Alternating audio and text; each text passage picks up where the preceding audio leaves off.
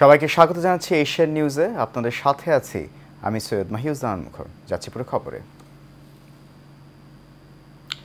নিবন্ধিত সকল হজযাত্রী যেন হজ পালন করতে পারে সেজন্য হজের ভিসা ইস্যুর মেয়াদ আরও বাড়াতে সৌদি আরবের প্রতি আহ্বান জানিয়েছেন প্রধানমন্ত্রী শেখ হাসিনা। সকালে গণভবনে ঢাকায় নিযুক্ত সৌদি আরবের রাষ্ট্রদূত ইসা বিন ইউসুফ আল দুহাইলান সৌজন্যে সাক্ষাৎ করতে গেলে তিনি আহ্বান জানান। বৈঠকের পর ব্রিফিংয়ে প্রধানমন্ত্রীর speech writer M Nazrul Islam তথ্য জানান।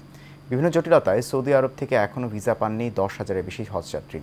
সৌদি রাষ্ট্রদূত বলেন, হজ পালনের জন্য এখনও যারা ভিসা পায়নি তাদের জন্য ভিসা দেওয়ার উদ্যোগ নিচ্ছেন তিনি। এ সময় তিনি প্রধানমন্ত্রীকে জানান, বাংলাদেশের কিছু প্রকল্প বাস্তবায়নে তার দেশের বিনিয়োগকারী ও কোম্পানির আগ্রহ রয়েছে। সেসব প্রকল্পের তালিকা প্রধানমন্ত্রীর কাছে হস্তান্তর করেন সৌদি রাষ্ট্রদূত। সৌদি আরবে থাকা প্রবাসী বাংলাদেশিদের বৈধ পথে রেমিটেন্স পাঠাতে রাষ্ট্রদূতকে পদক্ষেপ নেওয়ার আহ্বান জানান প্রধানমন্ত্রী।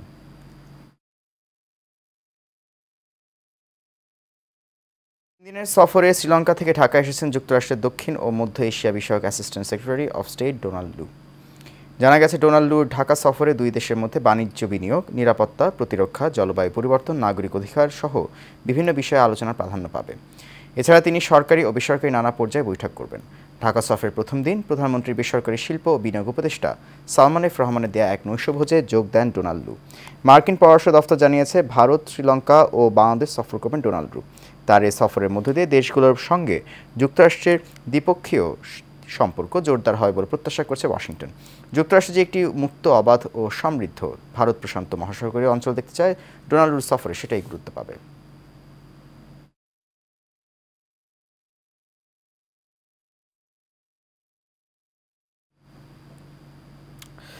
আওয়ামী লীগের সাধারণ সম্পাদক এবং সড়ক পরিবহন ও সেতুমন্ত্রী ওবায়দুল কাদের বলেছেন, মার্কিন সহকারী পররাষ্ট্রমন্ত্রী ডোনাল্ড লুকে দেশে দাওয়াত করে আনা হয়নি, নিজ দেশের এজেন্ডা বাস্তবায়নে আলোচনা করতে এসেছেন লু। তাকে নিয়ে এত মাতামাতি কেন প্রশ্ন রেখে ওবায়দুল কাদের বলেন, কোন ভিসা নীতি নিষেধাজ্ঞার পরোয়া করে না বাংলাদেশ। এছাড়া সেতুমন্ত্রী বলেন, সব হারিয়ে বিএনপি এখন খড়কুটো ধরে বাঁচতে চান। বিস্তারিত নূর মোহাম্মদ ভাইয়া রিপোর্টে। সমসাময়িক নানা বিষয় নিয়ে সচিবালয়ে সাংবাদিকদের সঙ্গে মতবিনিময় করেন আওয়ামী লীগ সাধারণ সম্পাদক, সড়ক পরিবহন ও সেতুমন্ত্রী ওবায়দুল কাদের। এ সময় মার্কিন সহকারী পররাষ্ট্রমন্ত্রী ডোনাল্ড লুকে নিয়ে এত মাতামাতি কেন প্রশ্ন রেখে তিনি বলেন, ভিসা নীতি নিষেধাজ্ঞার কোনো পরোয়া করে না বাংলাদেশ। একজন সহকারী পররাষ্ট্রমন্ত্রী, তাকে নিয়ে বাংলাদেশ এত মাতামাতি করবে? তার প্রয়োজনে সে আসছে, তাদের এজেন্ডা আছে এখানে। সম্পর্ক যখন তাকে সম্পর্কের বিভিন্ন বিষয় নিয়ে আলাপ আলোচনা থাকে। আমরা কোনো প্রকার স্যাংশন, ভিসা নীতি এগুলো আমরা কেয়ার করি। বিএনপির ভারতীয় পণ্য বর্জন সম্পর্কে ওবায়দুল কাদের বলেন, ভারতীয় পণ্য বয়কটের জোর আন্দোলন বিএনপির ব্যর্থ চেষ্টা। আমার মনে হয় এটা একটা উদ্ভট চিন্তা এবং এটা একটা ব্যর্থ চেষ্টা। বিএনপি এখন আসলে সব হারিয়ে খড়কুটো ধরে বাঁচতে চায়। এছাড়া রাজধানীতে চলাচল করা অযোগ্য বাস শীঘ্রই ডাম্পিং করা হবে বলেও জানান সড়ক পরিবহন ও সেতুমন্ত্রী। ভালো বাস, টেকসই বাস আমদানির ব্যাপারে যোগাযোগ অব্যাহত রেখেছি। বাসটা আসলেই, আমরা তো আগেই ঘোষণা দিয়েছি, নভেম্বর ডিসেম্বরে আমরা বাস রেমিটেন্স চালাবো। এ সময় মেট্রো রেলের 15% ভ্যাট আরোপ বাস্তবসম্মত নয় বলেও জানান ওবায়দুল কাদের। নূর মোহাম্মদ ভূঁইয়া, এশিয়ান টেলিভিশন, ঢাকা। জাহাজ এমভি আবদুল্লাহ জলদস্যুদের হাত থেকে মুক্ত হওয়ার প্রায় 1 মাস পর জাহাজটি 23 নাবিকের আজ ঘরে ফেরার কথা রয়েছে। সোমবার সন্ধ্যা 6টায় পণ্যবাহী জাহাজটি কুতুবদিয়ায় নঙর করে রাখা হয়েছে। আজ সকালে কুতুবদিয়া থেকে 23 নাবিককে নিয়ে চট্টগ্রামের উদ্দেশ্যে রওনা দিয়েছে এমভি জাহাজ মনি 3 নামে একই কোম্পানির আরেকটি জাহাজ। দুপুরের পর যে কোনো সময় চট্টগ্রাম বন্দর এনসিটিতে পৌঁছাবে নাবিকরা। সেখানে তাদের বরণ করে নেবে পরিবার ও স্বজনরা। এনসিটিতে নাবিকদের সংবর্ধনা দেবে চট্টগ্রাম বন্দর কর্তৃপক্ষ। এরপর আনুষ্ঠানিকতা শেষে নাবিকরা স্বজনদের সঙ্গে বিভিন্ন জেলায় যে যার বাড়ির উদ্দেশ্যে রওনা দেবেন। দেশের 7 জেলার বিভিন্ন অঞ্চলের ওপর দিয়ে বয়ে যাচ্ছে মৃদু তাপপ্রবাহ। এটি আরও কয়েকদিন অব্যাহত থাকবে। তাপপ্রবাহ চলমান জেলাগুলো হচ্ছে টাঙ্গাইল, রাজশাহী, পাবনা, যশোর, নীলফামারী, রাঙামাটি ও ফেনী। সোমবার সন্ধ্যা থেকে পরবর্তী 72 ঘন্টার আবহাওয়ার পূর্বাভাসে তথ্য জানিয়েছে আবহাওয়া অধিদপ্তর। আবহাওয়াবিদ বজলুর রশিদের সই করা পূর্বাভাসে বলা হয়েছে, লঘুচাপের বর্ধিতাংশ পশ্চিমবঙ্গ থেকে উত্তর পশ্চিম বঙ্গোপসাগর পর্যন্ত বিস্তৃত রয়েছে। তবে আগামী 24 ঘন্টায় রংপুর, রাজশাহী, ঢাকা, ময়মনসিংহ, খুলনা ও সিলেট বিভাগসমূহের 2-1 জায়গায় অস্থায়ীভাবে দমকা, ঝোড়ো হাওয়াসহ বৃষ্টি বা বজ্রসহ বৃষ্টির সম্ভাবনা রয়েছে। এছাড়া দেশে অন্যত্র অস্থায়ীভাবে আংশিক মেঘলা আকাশসহ আবহাওয়া প্রধানত শুষ্ক থাকতে পারে।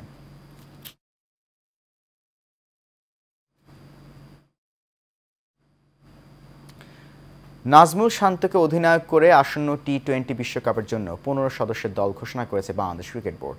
আজ সংবাদ সম্মেলনকে এই দল ঘোষণা করেন প্রধান নির্বাচক গাজী আশরাফ হোসেন লিপু। ইনজুরি আক্রান্ত হলেও দলে রয়েছেন তাসকিন আহমেদ, বাদ পড়েছেন সাইফুদ্দিন। আর জানছেন শেখ ফাহিম। নানা জল্পনা কল্পনার অবসান ঘটিয়ে অবশেষে টি-20 বিশ্বকাপের জন্য দল ঘোষণা করল বাংলাদেশ ক্রিকেট বোর্ড। স্কোয়াডে তেমন চমক নেই বললেই চলে। এবং দলের অধিনায়ক নাজমুল হাসান শান্ত, সহ অধিনায়ক করা হয়েছে তাসকিনকে। এছাড়া রয়েছেন সাকিব আল হাসান, মাহমুদুল্লাহ রিয়াদ, লিটন দাস, সৌম্য সরকার, তানজিদ তামিম, তাওহিদ হৃদয়, জাকির আলী, মুস্তাফিজুর রহমান, শরীফুল ইসলাম, তানজিন সাকিব, রিশাদ হোসেন, শেখ মাহাদি ও তানভীর ইসলাম। প্রধান নির্বাচক গাজী আশরাফ হোসেন লিপুর ঘোষণা করা দলে স্থান পাননি সাইফুদ্দিন। স্ট্যান্ড বাই রাখা হয়েছে আফিফ হোসেন ও হাসান মাহমুদকে। ইনজুরিতে থাকলেও বিশ্বকাপের আগে তাসকিন সেরে উঠবে বলে আশা প্রকাশ করেছেন প্রধান নির্বাচক গাজী আশরাফ হোসেন লিপু। মোহাম্মদ নাজমুল হোসেন শান্ত দলনায়ক, Taskin Ahmed vice captain, Liton Kumar Das, Soumya Sarkar, Tanzid Hasan Tamim, Shakib Al Hasan.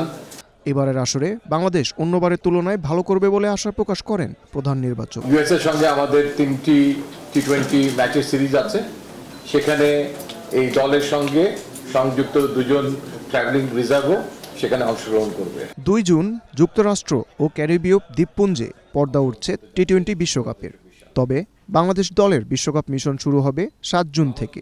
Group of death খ্যাত ডিতে বাংলাদেশের প্রতিপক্ষ হিসেবে দক্ষিণ আফ্রিকা, শ্রীলঙ্কা, নেদারল্যান্ডস ও নেপাল। Sheikh Fahim, Asian television. সোহেল হোসেনকে আহ্বায়ক করে যাত্রাবাড়ী থানায় 31 সদস্য বিশিষ্ট কমিটি ঘোষণা করেছে বঙ্গবন্ধু সৈনিক লীগ। সোমবার বিকেলে এশিয়ান টেলিভিশনের প্রধান কার্যালয়ে বঙ্গবন্ধু সৈনিক লীগের সভাপতি বীর মুক্তিযোদ্ধা আলহাজ হারুন রশিদ সিআইপি এই আহ্বায়ক কমিটি ঘোষণা করেন।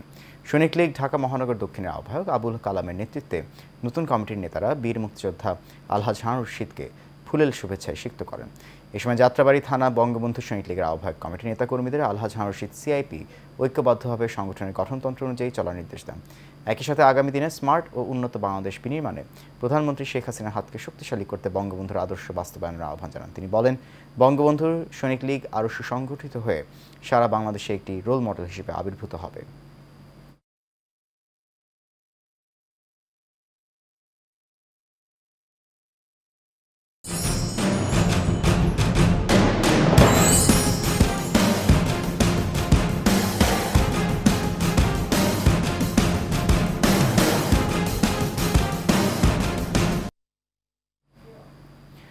আগামী 21 মে গাইবান্ধা জেলার 3টি উপজেলা পরিষদের নির্বাচন অনুষ্ঠিত হবে। ভোট গ্রহণকে সামনে রেখে প্রার্থীরা প্রচারণায় ব্যস্ত সময় পার করছেন। নির্বাচনকে সুষ্ঠু ও অবাধ করতে সব ধরনের প্রস্তুতি নেওয়া হয়েছে বলে জানিয়েছেন প্রশাসন। খালেদ হোসেনের পাঠানো তথ্যছবিতে বিস্তারিত জানাচ্ছেন আরভি ইসলাম হিমু। গাইবান্ধার 3টি উপজেলায় দ্বিতীয় ধাপে অনুষ্ঠিত হতে যাচ্ছে উপজেলা পরিষদ নির্বাচন। ফলে দিনরাত ভোটারদের দাঁড়ে দাঁড়ে ভোট চাইছেন প্রার্থীরা, দিচ্ছেন নানা উন্নয়নের প্রতিশ্রুতি। 3 উপজেলায় সর্বমোট 48 জন প্রার্থী এবারের নির্বাচনে প্রতিদ্বন্দ্বিতা করছেন। এর মধ্যে চেয়ারম্যান পদে 15 জন, ভাইস চেয়ারম্যান পদে 16 জন ও মহিলা চেয়ারম্যান পদে প্রতিদ্বন্দ্বিতা করছেন 17 জন প্রার্থী। ভোটারদের কাছে আমার অনুরোধ থাকবে, তারা যেন এই ভোটটা যোগ্য প্রার্থীকে দেয়।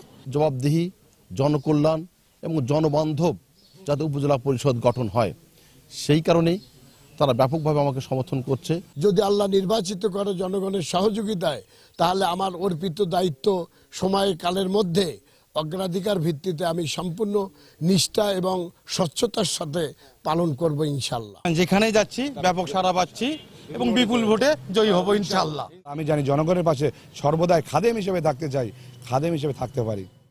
এদিকে নির্বাচন অংশগ্রহণমূলক ও শান্তিপূর্ণভাবে সম্পূর্ণ করতে সকল প্রস্তুতি নেওয়া হয়েছে বলে জানান রিটার্নিং কর্মকর্তা। সদর, পলাশবাড়ী এবং গোবিন্দগঞ্জেও আমরা পর্যাপ্ত সংখ্যক আমাদের আইনশৃঙ্খলা রক্ষাকারী বাহিনী থাকবেন, সঙ্গে নির্বাহী ম্যাজিস্ট্রেটরা থাকবেন এবং সর্বোপরি প্রার্থী এবং ভোটারদের যে সহযোগিতা আমরা এ যাবৎ পেয়েছি, আমরা আশাবাদী একটি অংশগ্রহণমূলক নির্বাচন আমরা পাব।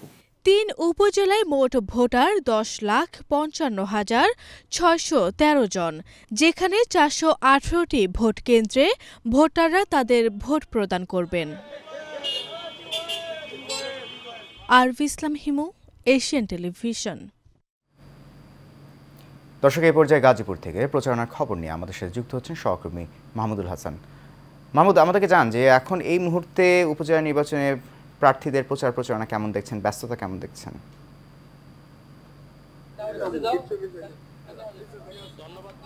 আপনি যেমনটি বলছিলেন, ষষ্ঠ উপজেলা পরিষদ নির্বাচনে দ্বিতীয় ধাপের আজ গাজীপুরের শ্রীপুর উপজেলা পরিষদের নির্বাচন 21শে মে অনুষ্ঠিত হবে। এই নির্বাচনকে সামনে রেখে প্রার্থীরা সকাল থেকে সন্ধ্যা পর্যন্ত বিভিন্ন ভোটারদের কাছে ঘুরছেন এবং তাদের ভোট প্রার্থনা করছেন, ব্যস্ত সময় পার করছেন। আমি এই মুহূর্তে আছি গাজীপুরের শ্রীপুর উপজেলা পরিষদের যে চেয়ারম্যান পদপ্রার্থী, যিনি সাখাওয়াত হোসেন শামীম, তিনি মোটর সাইকেল প্রতীক নিয়ে প্রতিদ্বন্দ্বিতা করছেন। আমি এখন ওনার সাথে সরাসরি কথা বলবো।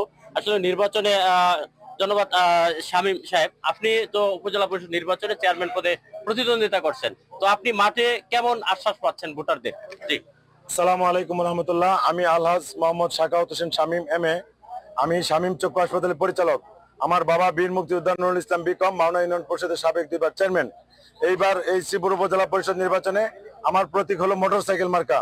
ইনশাল্লাহ আমি এই শ্রীপুরের জনগণের কাছে সর্বদাই থাকি। আমি একমাত্র প্রার্থী শ্রীপুরে বসবাস করি এবং আমি এই শ্রীপুরের দলমত নির্বিশেষে সকলের ব্যাপক সাড়া পাচ্ছি। ইনশাল্লাহ সকলে বলছে ভোট যদি দেই ইনশাল্লাহ মোটরসাইকেল মার্কা দিব।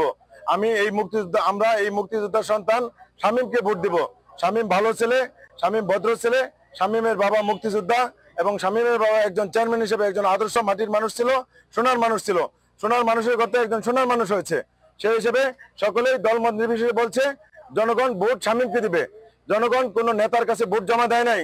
জনগণ বলতেছে জনগণ যদি স্বতঃস্ফূর্তভাবে ভোট দিতে পারে তাহলে আগামী 21 তারিখ মঙ্গলবার এই শ্রীপুর উপজেলায় শামীম বিজয় হবে। এই কথাটাই সকলের মুখে মুখে আছে। ধন্যবাদ মুখর। আপনি শুনছিলেন যে শ্রীপুর উপজেলা পরিষদ নির্বাচনে মোটর সাইকেল প্রতীকে যে সাখাওয়াত হোসেন শামীম, উনি উপজেলা চেয়ারম্যান নির্বাচনে প্রতিদ্বন্দ্বিতা করছেন। উনি যতটুকু যে শ্রীপুর উপজেলা পরিষদে তিনি জয়ী হবেন বলে উনি আশ্বাস দিয়েছেন। এই ছিল আমার কাছে গাজীপুরের শ্রীপুর উপজেলা পরিষদ নির্বাচনে সর্বশেষ। ধন্যবাদ মাহমুদ আপনাকে। আমাদের সহকর্মী মাহমুদুল হাসান গাজীপুর থেকে জানছেন উপজেলা নির্বাচনের প্রচারণার সবশেষ খবর। যাচ্ছি পরবর্তী প্রসঙ্গে। দিনাজপুরে বীরগঞ্জ উপজেলা পরিষদ চেয়ারম্যান প্রার্থী আমিনুল ইসলামের বিরুদ্ধে পারিবারিক নিরাপত্তা চেয়ে সংবাদ সম্মেলন করা হয়েছে। বীরগঞ্জ প্রেস ক্লাবে এই সংবাদ সম্মেলনের আয়োজন করা হয়। ভুক্তভোগী জানায় তার চাচা উপজেলা পরিষদের চেয়ারম্যান প্রার্থী আমিনুল ইসলাম মদ খেয়ে মাতাল অবস্থায় তাদের বাড়ি দখল করেছে। এছাড়া আমিনুল ইসলামের বিরুদ্ধে হয়রানি সহ নানা অভিযোগ রয়েছে। এ বিষয়ে উপজেলা পরিষদের চেয়ারম্যান প্রার্থী আমিনুল ইসলামের কোনো বক্তব্য পাওয়া যায়নি।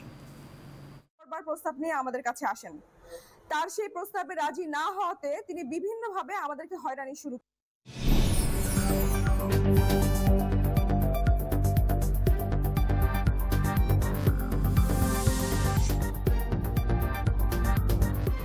HM Expert B500 CWR স্বাধীনতার সুবর্ণ জয়ন্তীতে নতুন বাংলাদেশ গড়ার প্রত্যয়।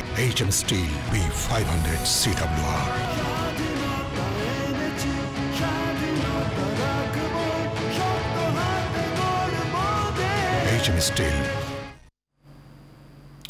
চট্টগ্রামে আলোচিত দন্ত চিকিৎসক কোরবান আলী হত্যা মামলার আসামি গোলাম রসুল নিশান তার বিরুদ্ধে দায়ের হওয়া মামলার প্রত্যাহারের দাবি জানিয়েছেন। দুপুরে চট্টগ্রাম প্রেস ক্লাবে সংবাদ সম্মেলন করে তিনি এই দাবি জানান। চট্টগ্রাম বিশ্ববিদ্যালয় ছাত্রলীগের সাবেক সহসভাপতি নিশান বলেন, ঘটনার সময় তিনি উপস্থিত না থাকলেও তার বিরুদ্ধে একটি পক্ষ ষড়যন্ত্র করে মামলায় নাম জড়িয়েছে। এলাকায় চিহ্নিত চাঁদাবাজরা তার বিরুদ্ধে ষড়যন্ত্র করছে উল্লেখ করে নিশান বলেন, এলাকায় মাদক নানা অবৈধ কাজের প্রতিবাদ করায় একটি পক্ষ তার বিরুদ্ধে নানা অপতথ্য ছড়িয়ে তার রাজনৈতিক ক্যারিয়ারকে কলুষিত করার চেষ্টা করছেন। নিহত দন্ত চিকিৎসক কোরবান আলীর ছেলে আলী রেজাও কিশোর গ্যাং নিয়ে নানা সময় এলাকায় মহড়া দেয় বলেও দাবি করেন নিশান। শেষ করব এশিয়ান নিউজ, তার আগে জানিয়ে দিচ্ছি বিআরবি কেবল ইন্ডাস্ট্রিজ লিমিটেড সংবাদ শিরোনাম।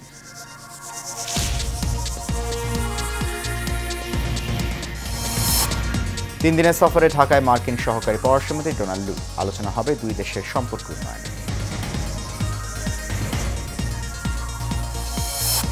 ডোনাল্ড লুকে নিয়ে মাতামাতির কিছু নেই, মন্তব্য ওবায়দুল কাদেরের। ভিসা নীতির তোয়াক্কা করে না বাংলাদেশ।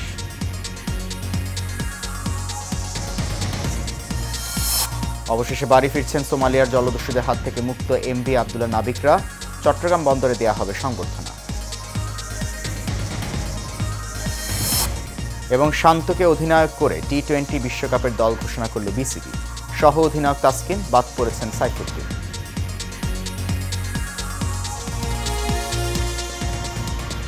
এশিয়ান নিউজ এ পর্যন্তই। আমাদের পরবর্তী সংবাদ দেখার আমন্ত্রণ রইল। এখন সঙ্গে থাকার জন্য অনেক ধন্যবাদ সবাইকে।